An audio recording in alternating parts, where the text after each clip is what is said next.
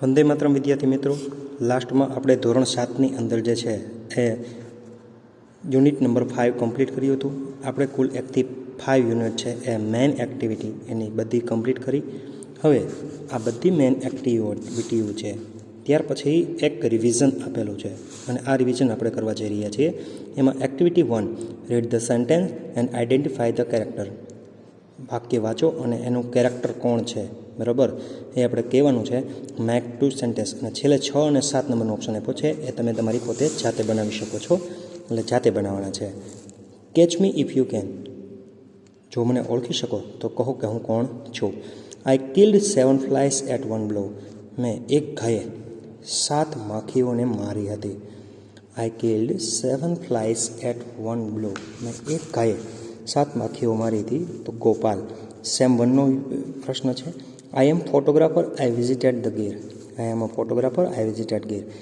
હું ફોટોગ્રાફર છું, મેં ગીરની મુલાકાત લીધી. કોણ બોલે છે? તો કે ફૈઝાન. બરાબર, પહેલા પાઠનું વાક્ય છે, બરાબર. ત્યાર પછી 3rd નંબરનું, a cuckoo lives near by my house. A cuckoo lives near my house. Cuckoo જે કોયલ છે એ મારા ઘરની નજીક રહે છે. તો કોયલની વાત કરે છે, બરાબર, કે મારા ઘરની નજીક રહે છે. તો કુકુ નામની જે છોકરી હતી એ બોલે છે. I have a dream to make a flying bicycle. બરાબર, મારે એક સ્વપ્ન છે કે મારી પાસે ઉડતી સાયકલ હોય. તો આ પણ પહેલા સેમનો પ્રશ્ન છે. તેજસ્વીની બોલે છે. I can drive and sing together. I don't need rest. I don't need rest. હું છે એ ગાઈ શકું છું ને ચલાવી શકું છું અને મારે આરામની જરૂર નથી. તો આ કોણ બોલે છે? તો કે રોબોટવાળો પાઠમાં શંકર. બરાબર, આ રીતે બીજા 2 વાક્ય છે એ તમે તમારી જાતે બનાવી શકો છો.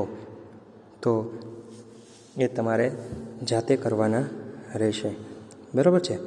તો હવે ત્યાર પછી આપણે જે એક્ટિવિટી જે છે 5, આપણે બધી મેઇન એક્ટિવિટીની જ વાત કરીશું, બરાબર છે.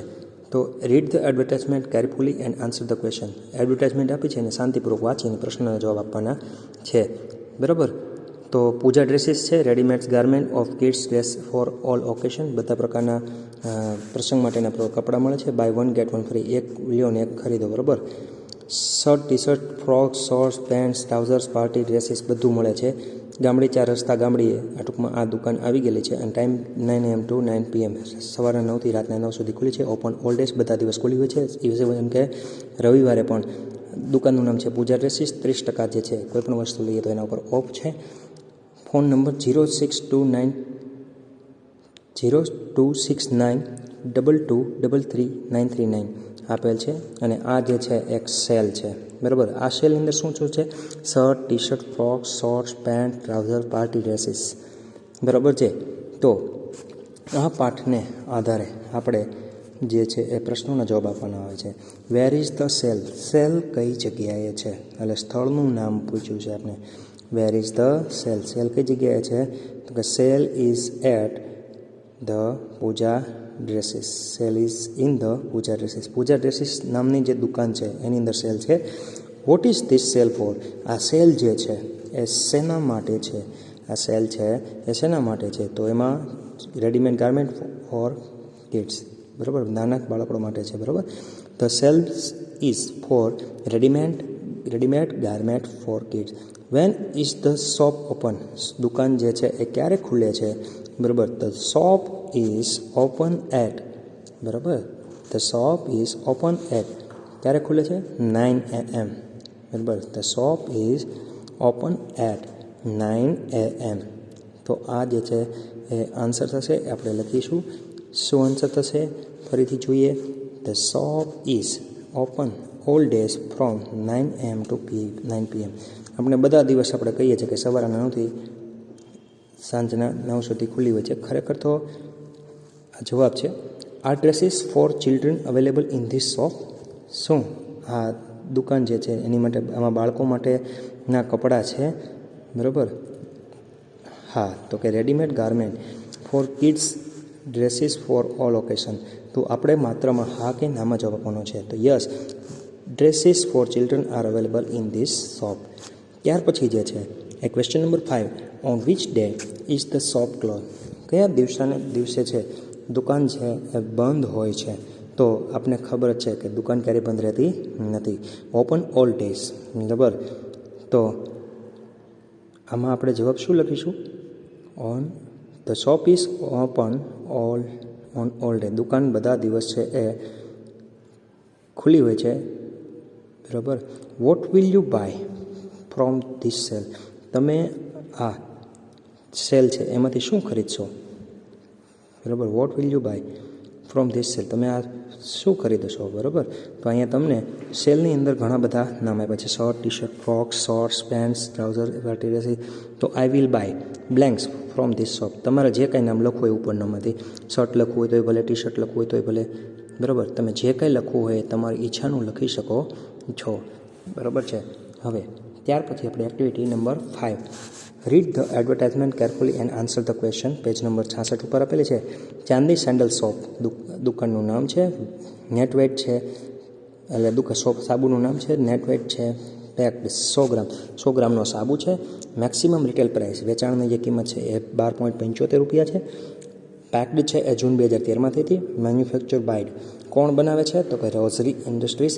અને ક્યાં આવેલી છે? તો કે સુંદરપુર, ગુજરાતમાં આવેલી છે, બરાબર.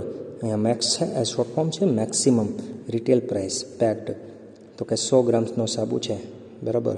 એની કિંમત છે 12.75 રૂપિયા. પેક્ડ ક્યારે થઈ? તો કે જૂન 2013ની અંદર.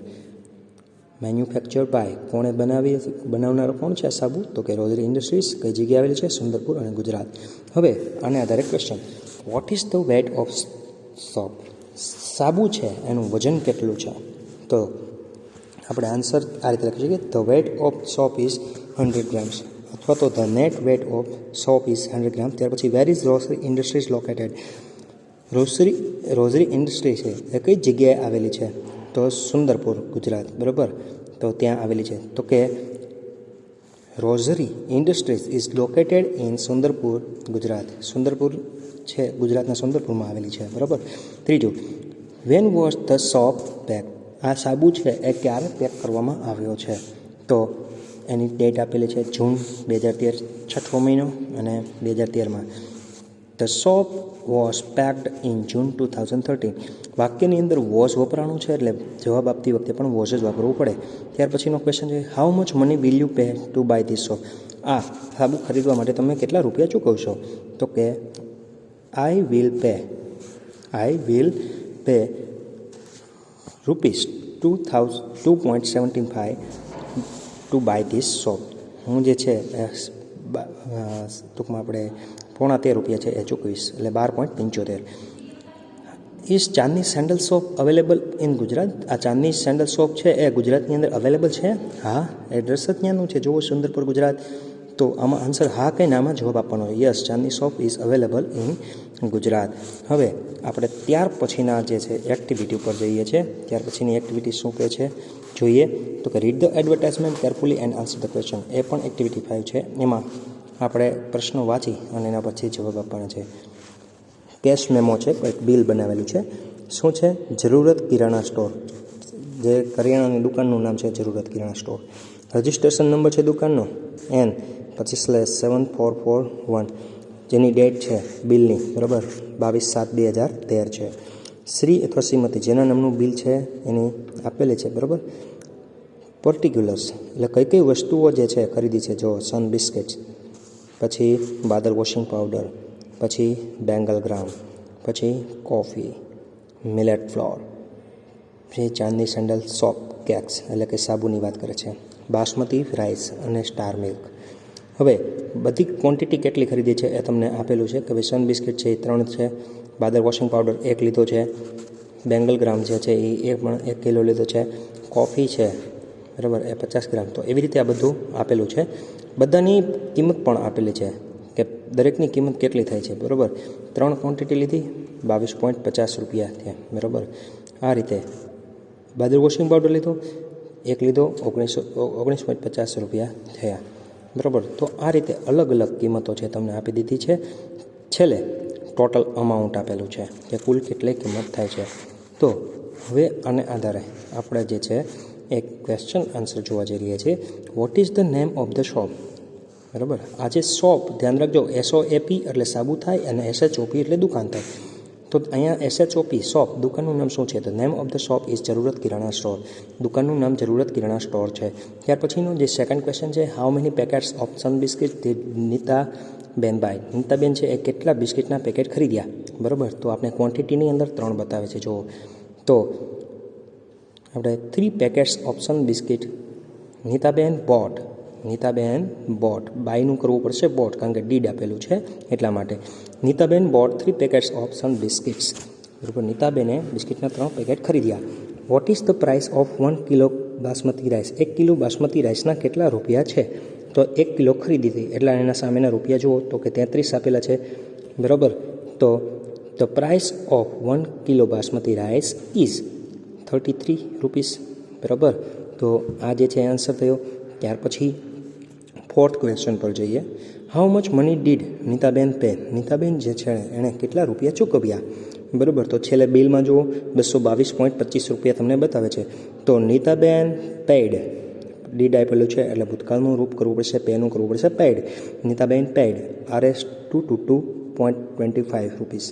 બરાબર, 222 રૂપિયા ને 25 પૈસા ચૂકવ્યા. ત્યાર પછી પાંચમો question, when did Nitaben go to the shop? When did Nitaben go to this shop? બરાબર, નીતાબેન છે એ દુકાને ક્યારે ગયા હતા? તો જો તારીખ આપેલી છે તો કે નીતાબેન વેન્ટ, ડીડનું ભૂતકાળનું રૂપ કરવું પડશે. Nitaben went to this shop on 22 જુલાઈ 2013. 22મી જુલાઈ 2013ના દિવસે ગયા હતા. હવે ત્યાર પછી બીજી છે, read the advertisement carefully and answer the question. પ્રશ્નના જે જવાબ આપેલી જે જાહેરાત છે વાંચવાની છે. તો શું દેખાય છે? તમને એક ટિકિટ દેખાય છે. બરાબર, અને આના પરથી પ્રશ્નનો જવાબ આપવાના છે. તમને જે ટિકિટનો નંબર આપેલો છે, ડેટ આપેલી છે. બરાબર, ત્યાર પછી CDGA એનો ટૂંકમાં ક્લાસ આપેલો છે, VTS. બરાબર, તો બધી વિગત આપેલી છે. આનંદ ટુ ગાંધીનગરની ટિકિટ છે, એડલ્ટ માટે 2 અને ચાઇલ્ડના 2, એમ કરી કુલ 4 જણા છે મુસાફરી કરે છે. 104 કિલોમીટરનું આનંદથી ગાંધીનગરનું અંતર છે. 64 રૂપિયા જે છે એ બિલ થયું છે. બરાબર, અને જે ગયા હતા એ ડેટ બતાવી છે કે 24/07/2013. બરાબર, તો હવે આના આધારે પ્રશ્ન જુઓ. પહેલો પ્રશ્ન, from where did train leave? Train છે એ ક્યાંથી છૂટશે, એટલે ક્યાંથી એ ઉપડશે? બરાબર, તો એમાં જવાબ આવશે આણંદ. બરાબર, આણંદથી. તો ટ્રેન લેફ્ટ ફ્રોમ આનંદ. બરાબર, એવું આપણે આન્સર લખી શકીએ. બરાબર, from where did the train leave? તો the train left from Anand. લીવનું ભૂતકાળનું રૂપ કરવું પડશે, કારણ કે ડીડથી પ્રશ્ન પૂછેલો છે. When did you take the journey? અહીંયા ટેકનું ટૂંક કરવું પડશે, ડીડથી પ્રશ્ન પૂછેલા છે એટલે ખાસ ધ્યાન રાખજો. તો કે the journey took, I took the journey on 24 July 2013. When did યુનું કરવું પડશે, આપને પ્રશ્ન પૂછ્યો છે એટલા માટે. How much did the ticket cost? જે ટિકિટ છે એની કિંમત કેટલી થશે? બરાબર, તો ₹64 કેટલી થઈ ટૂંકમાં એમ. તો ધ ટિકિટ કોસ્ટ RS 64. બરાબર, કારણ કે કોસ્ટનું ભૂતકાળનું રૂપ કોસ્ટ જ થશે. What is the number of the train? ટ્રેનનો નંબર શું છે? બરાબર, the number of the train is EDT. જે એ તમને બાજુમાં આપેલો છે એ પ્રમાણે એનો નંબર જે છે એ ટ્રેનનો નંબર છે. How many passengers can travel using this ticket? કેટલા મુસાફર છે એ આમાં મુસાફરી કરી શકશે? બરાબર, તો અહીંયા આપણે 4 મુસાફર દેખાય છે, 2 એડલ્ટ 2 અને ચાઇલ્ડ 2. બરાબર, તો આટલા જ કુલ 4 લોકો છે મુસાફરી કરી શકે. 2 adults and 2 children can travel using this ticket. બરાબર, કારણ કે 4 એડલ્ટ ન જઈ શકે, 2 બાળક અને 2 મોટી વ્યક્તિઓ જે છે એ જઈ શકશે. બરાબર, હવે ત્યાર પછી જે છે એ નેક્સ્ટ ક્વેશ્ચન પર આપણે જઈએ છીએ. બરાબર, હવે ત્યાર પછીનો પ્રશ્ન શું છે જોઈએ. તો મિત્રો અહીંયા તમારે જે છે એક્ટિવિટી 8 એના તરફ જુઓ. એક બોક્સ આપેલું છે, એની અંદર બધી ડિટેલ આપેલી છે કે મંડે, થર્ડ ટ્યુઝડે, ટુડે આજનું શું છે અને કાલનું શું છે. બરાબર. અને આ લેક્ચર છે, બરાબર, એની વાત છે. કયા દિવસે કોનો કઈ રીતે લેક્ચર હતો, બરાબર, અને કેટલા વાગ્યાથી કેટલા વાગ્યા સુધીનો હતો. At what time was miss Dhruti teaching maths on Monday. જે મિસ ધ્રુતિ છે એ કેટલા વાગ્યે જે છે એનો લેક્ચર ભણાવે છે. તો જો અમને અહીંયા માર્ક કરેલું બતાવ્યું છે 11:35 થી 12:10, બરાબર, અને સોમવારના. તો કઈ રીતે આન્સર લખશો? તો કે miss Dhruti was teaching maths. Miss Dhruti was teaching maths at 11:35 to 12:10 on Monday, બરાબર. 11:35 થી 12:10 સુધી ભણાવે છે. તો આપણે જવાબ આપ્યો. ત્યાર પછી જે સેકન્ડ ક્વેશ્ચન છે એ જોઈએ. What will miss Sudha teach at 11:35 AM on Friday. શુક્રવારના રોજ, બરાબર, મિસ સુધા છે એ શું ભણાવે છે? તો કયો સબ્જેક્ટ છે જુઓ. તો એમાં તમને સાયન્સ દેખાય છે, બરાબર. 11:35ના તમને કયો વિષય દેખાય છે? તો કે સાયન્સ. કોલમમાં તમે જોશો, બરાબર. તો miss Sudha will teach science subject at 11:35 AM on Friday. ત્યાર પછી જે છે એ આપણે થર્ડ નંબરના ક્વેશ્ચન પર જઈએ છીએ. At what time will miss Nila teach English on Thursday. ગુરુવારના જે નીલા ટીચર છે, બરાબર, એ શું ભણાવશે, બરાબર. તો ગુરુવારના કયો વિષય ભણાવવાના છે, કેટલા વાગે ભણાવવાના છે? તો કે 11 AM to 11:35. તો miss Nila will teach English to at 11 AM on Thursday. Miss Nila will teach English at 11 AM on Thursday. ગુરુવારના રોજ જે છે એ 11 વાગે એ ઇંગ્લિશ ભણાવવાના છે. ત્યાર પછી fourth question. Which subject will the student learn on Saturday. કયો સબ્જેક્ટ છે એ શનિવારે બાળકો ભણવાના છે, બરાબર. Which subjects will the student learn on Saturday. Saturday કયા કયા વિષયો જે છે એ બાળકો ભણવાના છે, વિદ્યાર્થીઓ ભણવાના છે? તો the students learn science, Sanskrit and English. The student will learn science, Sanskrit and English on Saturday, બરાબર. તો આ વિષયો ભણવાના છે. ત્યાર પછી ફિફ્થ ક્વેશ્ચન જોઈએ. What did the student do on Tuesday during 12:10 to 12:45 PM. 12:10 થી 12:45 દરમિયાન કયો વિષય ભણવાના છે? તો આપણે જોઈએ 12:10 થી 12:45 સુધીમાં, બરાબર. અને મંગળવારે હતો. તો the student learn English on Tuesday during 12 to 12:45 PM. હવે 6th નંબરનો ક્વેશ્ચન તમારી જાતે બનાવવાનો છે, બરાબર. તો તમે જાતે બનાવી શકો છો. હવે અહીંયા હું પૂછું હુ ટીચિસ ગુજરાતી. ગુજરાતી કોણ ભણાવે છે, બરાબર. તો તમારે જવાબ આપવો પડે મિસ જુલિયટ ટીચિસ ગુજરાતી, બરાબર. તો આ 6થા નંબરનો ક્વેશ્ચન આપણે જાતે બનાવ્યો, આપ્યો ન હતો. તો એ આપણે તમારી બુકમાં લખી નાખશો. અને અહીંયા જે કંઈ બધી એક્ટિવિટી કરી બાકી બુકમાં લખવાની છે, એટલે ભૂલતા નહીં. એક્ટિવિટી લખવાનું ચાલુ રાખજો. જય હિન્દ, જય ભારત.